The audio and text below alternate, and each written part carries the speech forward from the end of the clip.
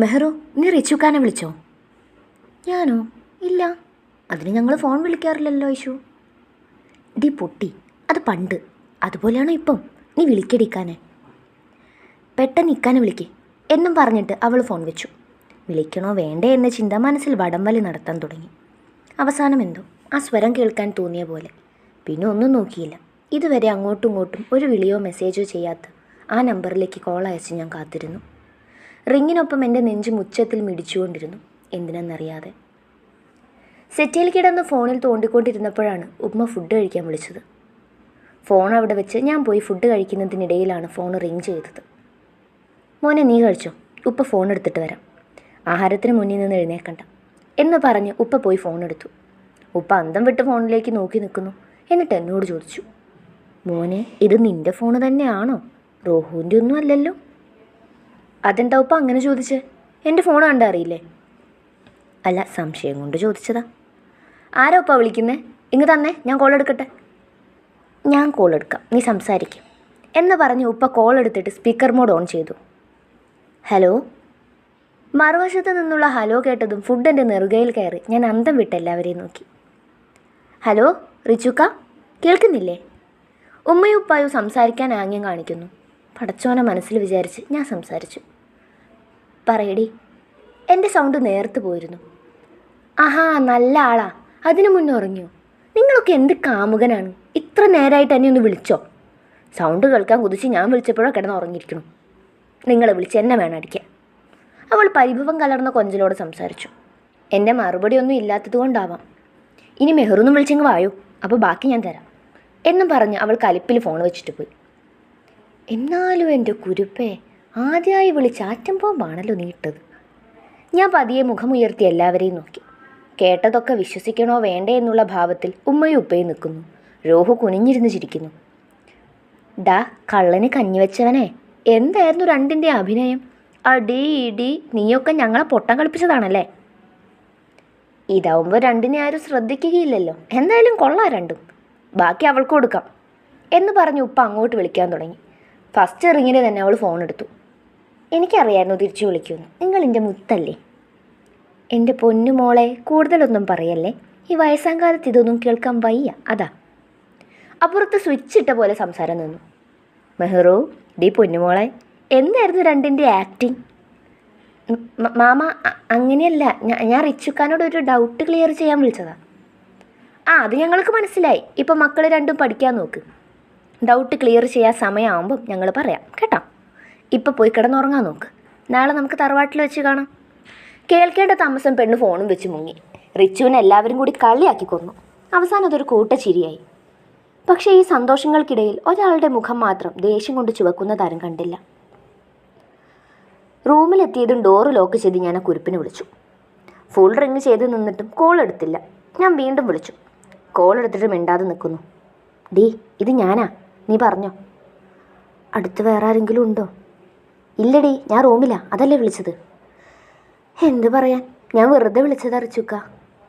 വെറുതെ വിളിച്ച് എല്ലാം കോളാക്കിയപ്പോൾ സമാധാനമായാലോ നിനക്ക്? ഞാൻ എന്ത് ചെയ്തു എന്നാ? ഞാൻ അറിഞ്ഞു ഫോൺ നിങ്ങളെടുത്തില്ലെന്ന്. അവരൊക്കെ എന്തു പറഞ്ഞു? എന്ത് പറയാൻ, ഞാനും നീയും കൂടി നാടകം കളിക്കുമായിരുന്നു. അവരെ പറ്റിക്കുകയായിരുന്നു. ഇപ്പം കള്ളനെ കയ്യോടെ പിടിച്ചു. അങ്ങനെ എന്നെ കൊന്നു കൊല വിളിച്ചു. അതൊക്കെ പോട്ടെ, നീ എന്തിനാ എന്നെ വിളിച്ചേ അത് പറ. ഞാൻ വെറുതെ വിളിച്ചതാ, ഒന്ന് സംസാരിക്കാൻ തോന്നി. എന്നാ എൻ്റെ മോള് സംസാരിച്ച് ഇക്കു കേൾക്കട്ടെ. ഇക്കു? ഏത് കുക്കു? ഇനി നീ എന്നെ ഇക്കു എന്ന് വിളിച്ചോ, അത് കേൾക്കാനാണ് സുഖം. അയ്യടാ, അങ്ങനെ മോനെപ്പോൾ ചുകിക്കണ്ട. വിളിക്കടി ഒന്ന്, വിളിക്ക് പ്ലീസ്. ഡച്ചക്ക, കൊഞ്ചാതെ വെച്ചിട്ട് പൊയ്ക്കോ. ഇത് വലിയ കഷ്ടമാണ്. ഉറങ്ങിക്കിടന്നതിനെ വിളിച്ചുണർത്തിയിട്ട് അത്താഴില്ല എന്ന് പറയരുത്. അപ്പോഴാണ് ഡോറിലാരോ മുട്ടിയത്. മെഹ്റൂസ് എന്നെ ആരോ വിളിക്കുന്നു. ഉപ്പയായിരിക്കും. എന്നെ കളിയാക്കാനുള്ള വരവാവും. നീ വെച്ചോ, ഞാൻ വിളിച്ചോളാം. ഡോർ ഓപ്പൺ ചെയ്തപ്പോൾ ഷബാന. എന്താ മോളെ ഈ രാത്രിയിൽ? കയറി വാ. അവൾ റൂമിൽ വന്നു. അവൾക്ക് എന്നോട് എന്തോ പറയാനുള്ള പോലെ തോന്നുന്നു, പക്ഷെ ഒന്നും മിണ്ടുന്നില്ല. നിനക്കെന്നോട് എന്തെങ്കിലും പറയാനുണ്ടോ ഷബാന? ഉണ്ടിക്ക, പക്ഷെ എങ്ങനെ പറയണമെന്നറിയില്ല. പക്ഷെ പറയാതിരിക്കാൻ പറ്റുന്നുമില്ല. ഇക്ക വിഷമിക്കുന്നത് എനിക്ക് കാണാൻ പറ്റില്ല. അതാ ഞാൻ ഉറങ്ങാതെ വന്നത്. നീ എന്നെ കൂടി ടെൻഷനാക്കാതെ കാര്യം പറ ഷബാന. ഇക്ക വീണ്ടും മെഹ്റുവായി കമ്പനിയായോ? അതെന്താ നീ അങ്ങനെ ചോദിച്ചേ? ഞാനും അവളൊരു കോളേജിലല്ലേ, അപ്പോൾ എന്നും കാണും. പിന്നെ നിനക്കറിയാലോ അവളോട് എനിക്കുള്ള സ്നേഹം എത്രയെന്ന് വെച്ചാൽ മനസ്സ് കൊണ്ട് നടക്കുന്നത്. അതാ. എനിക്ക് ഇക്കയുടെ സൈഡ് മനസ്സിലാവാഞ്ഞിട്ടല്ല, പക്ഷെ ഇക്കക്ക് അവളോടുള്ളതിൻ്റെ ഒരു തരി പോലും അവൾക്ക് തിരിച്ചില്ല. മതി നിർത്ത്. അവളിപ്പോൾ പഴയതുപോലെയൊന്നും അല്ല. എന്നോട് അവൾ കൊടുങ്ങാത്ത സ്നേഹമാണ്. പണ്ട് ചെറുപ്പത്തിൽ എന്തോ കുസൃതി കാണിച്ചെന്ന് കരുതി എപ്പോഴും അവൾ അങ്ങനെയല്ല. ഇതൊക്കെ ഇക്കക്ക് പ്രേമം തലയ്ക്ക് പിടിച്ചതിൻ്റെ പ്രോബ്ലമാണ്. അവൾ എനിക്കറിയാം. അവൾക്ക് നിങ്ങളോടുള്ളത് സ്നേഹമല്ല, പകയാ. ഞാൻ കള്ളം പറയുന്നതല്ല. അവൾ എനിക്ക് ജീവനായിരുന്നു എന്നറിയാലോ. ഞാനാ പറയണേ. അവൾക്ക് നിങ്ങളോട് ദേഷ്യം മാത്രമേ ഉള്ളൂ. എന്നോട് പറഞ്ഞിട്ടുണ്ട് അവൾ പല പ്രാവശ്യം. ശബാന, പ്ലീസ് ഒന്ന് നിർത്തുന്നുണ്ടോ? ഞാൻ നിർത്തിയേക്കാം. പക്ഷെ ഇപ്പോൾ അവൾ കളിക്കുന്ന ഈ പ്രേമനാടകം ഇല്ലേ, അത് നിങ്ങൾക്കുള്ള പണിയാണെന്ന് എന്തെങ്കിലും മനസ്സിലാവും. അപ്പോൾ കരഞ്ഞുകൊണ്ട് വന്നേക്കരുത് എന്ന് പറഞ്ഞുകൊണ്ട് അവൾ ഇറങ്ങിപ്പോയി. ഓർക്കും തോറും ഭ്രാന്ത് പിടിക്കും പോലെ തോന്നുന്നു. ഇല്ല, ആരെന്ത് പറഞ്ഞാലും അവൾക്ക് എന്നോട് സ്നേഹം മാത്രമേ ഉള്ളൂ. റിച്ച് ഫോൺ എടുത്ത് മെഹ്റുവിൻ്റെ ചിരിക്കുന്ന മുഖത്തേക്ക് നോക്കി. അതിലേക്ക് നോക്കിയിരിക്കെ അറിയാതെ അവൻ്റെ കണ്ണിലേക്ക് 2 നീർത്തുള്ളികൾ ഒഴുകി വന്നു.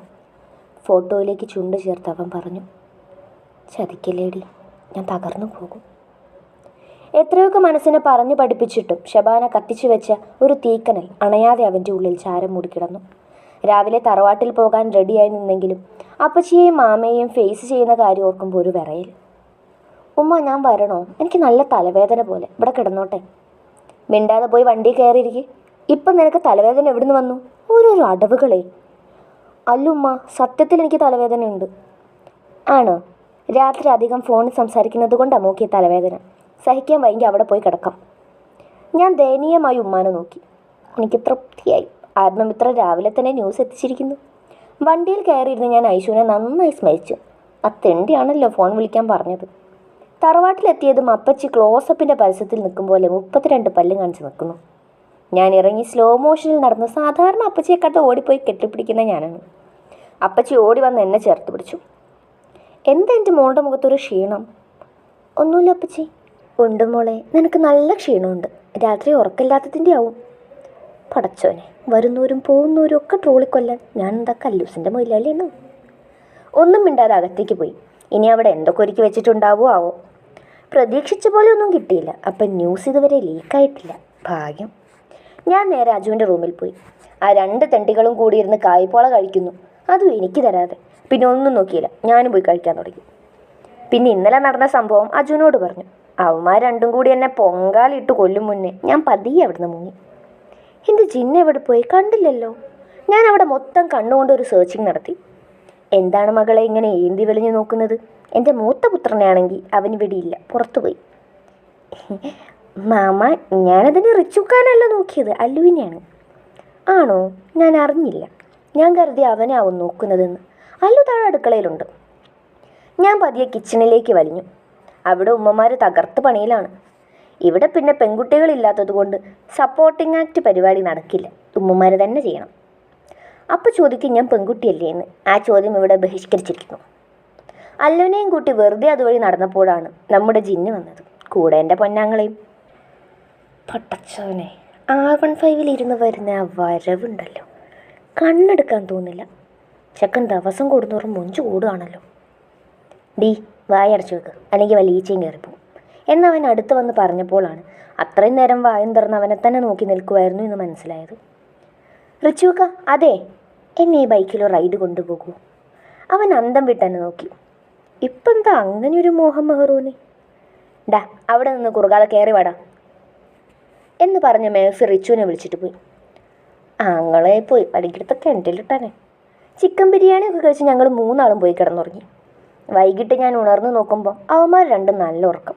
മുഖം കഴുകി ഫ്രഷായി ഞാൻ പുറത്തിറങ്ങി നടന്നു. ബാൽക്കണിയിൽ ചെന്നപ്പം റിച്ചുവും മേഫിയും ആഷിക്കയും കൂടി ലാപ്പിൽ എന്തൊക്കെയോ ചെയ്യുന്നു. അവരുടെ പ്രൊജക്റ്റ് ചെയ്യാനുള്ള ഒരുക്കത്തിലാണ്. കുറേ നേരം അവിടെ റിച്ചുവിനെ നോക്കിയിരുന്നു. വലിയ പുതുമകളൊന്നുമില്ലാതെ ആ ദിവസവും കടന്നുപോയി. ക്ലാസ്സും മറ്റുമായി ഞങ്ങളും തിരക്കിലായി. ഫൈനൽ ഇയർ ആയതുകൊണ്ട് തന്നെ റിച്ചുവിനൊന്നും ക്ലാസ്സില്ലായിരുന്നു. പ്രൊജക്റ്റ് തിരക്കൊക്കെയായി അവർ നല്ല ബിസിയായിരുന്നു. ഇതിനിടയ്ക്കെല്ലാം റസാഖിൻ്റെ ശല്യം കൂടി വന്നു. ഒരു ദിവസം കോളേജിൻ്റെ ഫ്രണ്ടിൽ വെച്ച് അവൻ എൻ്റെ കൈ കയറി പിടിച്ചു. അന്ന് റിച്ചുവിനൊന്നും ക്ലാസ് ഉണ്ടായിരുന്നില്ല. അന്ന് രക്ഷയ്ക്കെത്തിയത് ഫൈസലിക്കായിരുന്നു. കംപ്ലൈൻറ്റ് ചെയ്യാനും അവനിട്ട് 2 പൊട്ടിക്കാനും ഫൈസലിക്ക കൂടെ ഉണ്ടായിരുന്നപ്പോൾ മേഫിയോ ആഷിക്കയോ കൂടെ ഇല്ലാത്ത സങ്കടം ഞാൻ അറിഞ്ഞില്ല. ആ ടൈമിൽ ആൽക്കഹോൾ ഉപയോഗിച്ചിരുന്നു എന്ന കുറ്റത്തിനും എൻ്റെ കയ്യിൽ കയറി പിടിച്ചു എന്ന കുറ്റത്തിനും കൂടി ചേർത്ത് അവനെ സസ്പെൻഡ് ചെയ്തു. ഇറങ്ങാൻ നേരത്ത് അവൻ എന്നെ ഭീഷണിപ്പെടുത്തി. അവൻ തിരിച്ചു വരുന്നത് എനിക്കൊരു ഉഗ്രം പണി കൊണ്ടാണെന്ന്. ഞാൻ മൈൻഡ് ചെയ്യാൻ പോയില്ല. ഞാനെന്തിനു പേടിക്കണം? ജീവൻ തന്ന് കൂടെ നിൽക്കാൻ ഇവന്മാരും എൻ്റെ കുടുംബമുള്ളപ്പോൾ. കോളേജിൽ നടന്ന സംഭവങ്ങളൊന്നും ഞങ്ങൾ റിച്ചുവിനെയും മേഫിനെയും അറിയിച്ചില്ല. പ്രൊജക്റ്റിൽ ബിസി ആയതുകൊണ്ട് ആരും പറഞ്ഞറിഞ്ഞില്ല. ശരവേഗത്തിൽ ദിവസങ്ങൾ ഓടിക്കൊണ്ടേയിരുന്നു. സസ്പെൻഷൻ കഴിഞ്ഞ് റസാഖ് തിരിച്ചു വന്നു. എന്നെ കാണുമ്പോഴെല്ലാം അവനൊരു വഷളം ചിരി ചിരിക്കാൻ തുടങ്ങി. ഞാനും ഐഷുവും അജുവും റോഹുവും കൂടി ലൈബ്രറിയിലിരുന്ന് നോട്ട് തയ്യാറാക്കുകയായിരുന്നു. അപ്പോഴാണ് ഞങ്ങളുടെ സീനിയർ അമ്മു വന്ന് പറഞ്ഞത്, സംനയെ ആഷിഖ് സാർ വിളിക്കുന്നുവെന്ന്. ഞാൻ വേഗം സ്റ്റാഫ് റൂമിലേക്ക് നടന്നു. സ്റ്റാഫ് റൂമും ക്ലാസ് റൂമുകളും വേറെ ബിൽഡിങ്ങിലാണ്. ലൈബ്രറിയോട് ചേർന്നുള്ളത് കുറച്ച് ഒഴിഞ്ഞ ക്ലാസ് റൂമുകളാണ്. ഞാൻ നടക്കുന്നതിനിടയിൽ ഒരു ക്ലാസ് റൂമിൻ്റെ ഡോറ് തുറന്ന് ആരും എന്നെ അതിനുള്ളിലേക്ക് വലിച്ചിട്ടു. ഞാൻ ശബ്ദമുയർത്തും മുന്നേ എൻ്റെ വായ പൊതിഞ്ഞു പിടിച്ചു. ആ കൈയുടെ ഉടമയെ കണ്ടതും ഞാനിപ്പോൾ ബോധം കെട്ട് വീഴും എന്ന് തോന്നി. ചുവന്ന കണ്ണും വൃത്തികെട്ട നോട്ടുവായ റസാഖ്.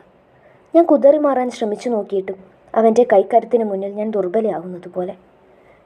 കിടന്ന് പിടയ്ക്കാതിരിക്കടി. എത്ര പിടച്ചാലും ഞാൻ വിചാരിച്ചാൽ മാത്രമേ നീ പുറത്തു പോകൂ. നീ എപ്പോൾ പുറത്തു പോകണമെന്ന് ഞാൻ തീരുമാനിക്കും.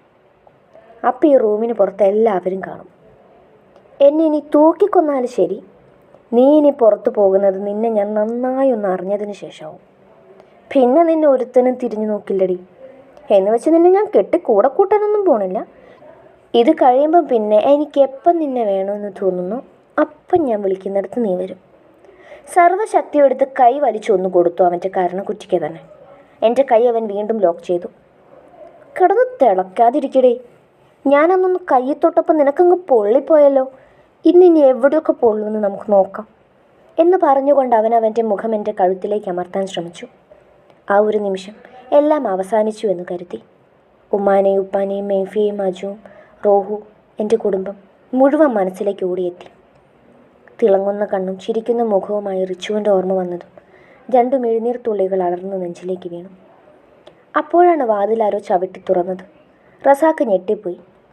മുന്നിൽ നിൽക്കുന്ന ആളെ കണ്ടതും ഒരു പൊട്ടിക്കരച്ചിലൂടെ ഞാൻ ആ തോളിലേക്ക് മുഖം ചേർത്തു.